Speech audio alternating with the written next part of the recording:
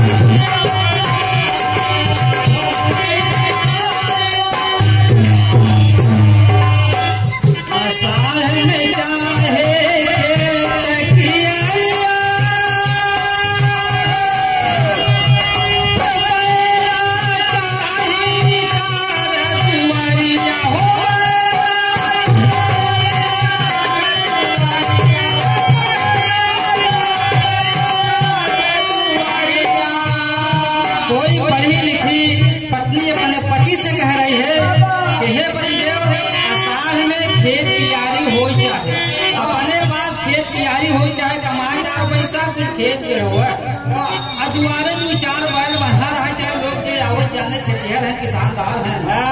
ये आषाढ़ में चाहे खेत तैयारी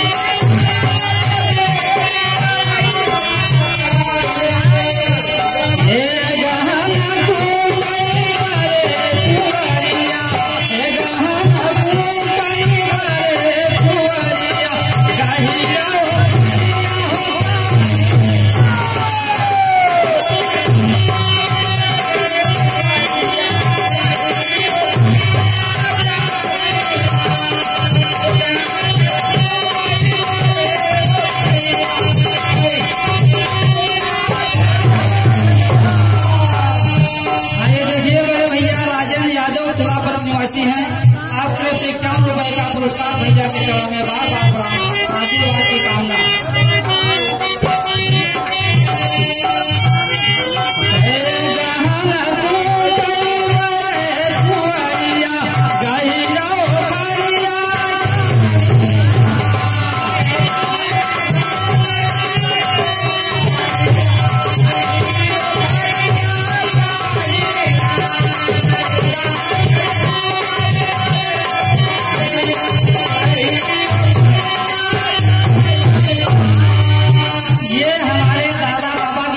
गीत थी इसलिए सुना दिया इसका।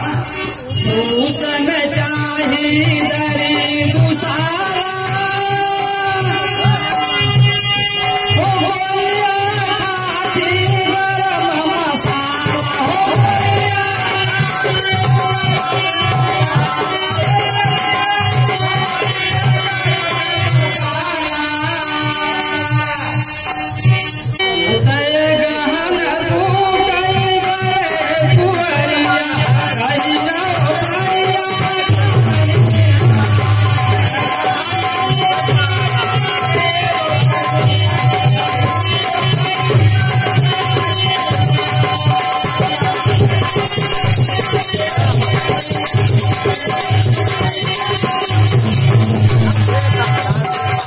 उसमें चाहिए दरी दुसारा गोलिया खाती गरम मसाला हो गोलिया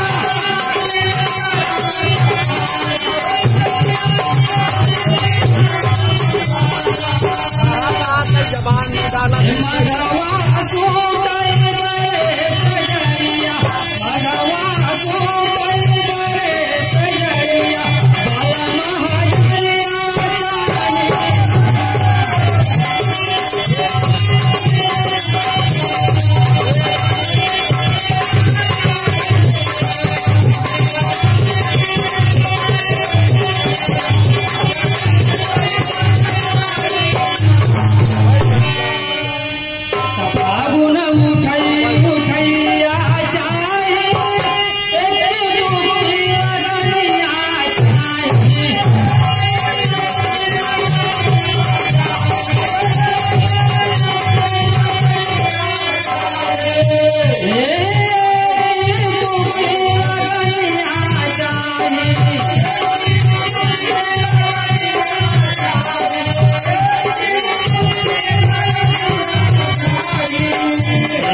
संगवा